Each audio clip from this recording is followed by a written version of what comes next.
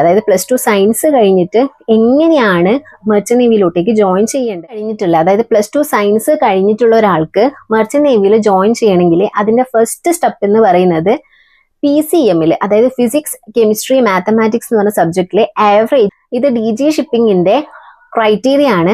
ആ ഒരു mark achieve ചെയ്ത +2-ൽ കിട്ടിയ ഒരാൾക്ക് മാത്രമേ ഈ മെർച്ചന്റ് നേവിയിലോട്ടേക്ക് ജോയിനിങ്ങിന്റെ കാര്യങ്ങളൊക്കെ നോക്കിയിട്ട് കാര്യമുള്ളൂ. എക്സാമിന്റെ ഇമ്പോർട്ടൻസും കാര്യങ്ങളൊക്കെ ആയിട്ട് ലൈവിലായി കഴിഞ്ഞാലൊക്കെ പറയാറുള്ളതാണ്.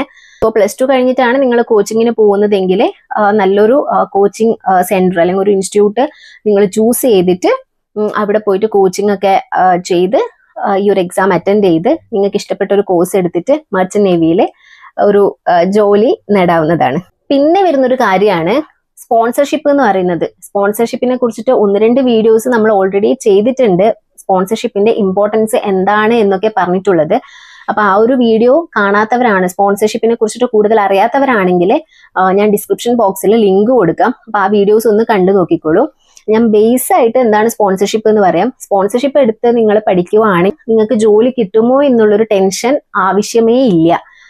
സോ ഇത്രയും കാര്യങ്ങളാണ് മെർച്ചന്റ് നേവി +2 കഴിഞ്ഞിട്ട് നിങ്ങൾ മെർച്ചന്റ് നേവി ചൂസ് ചെയ്യുന്നുണ്ടെങ്കിൽ കമ്പൽസറി ആയിട്ടും ഉണ്ടാവേണ്ട കാര്യങ്ങൾ.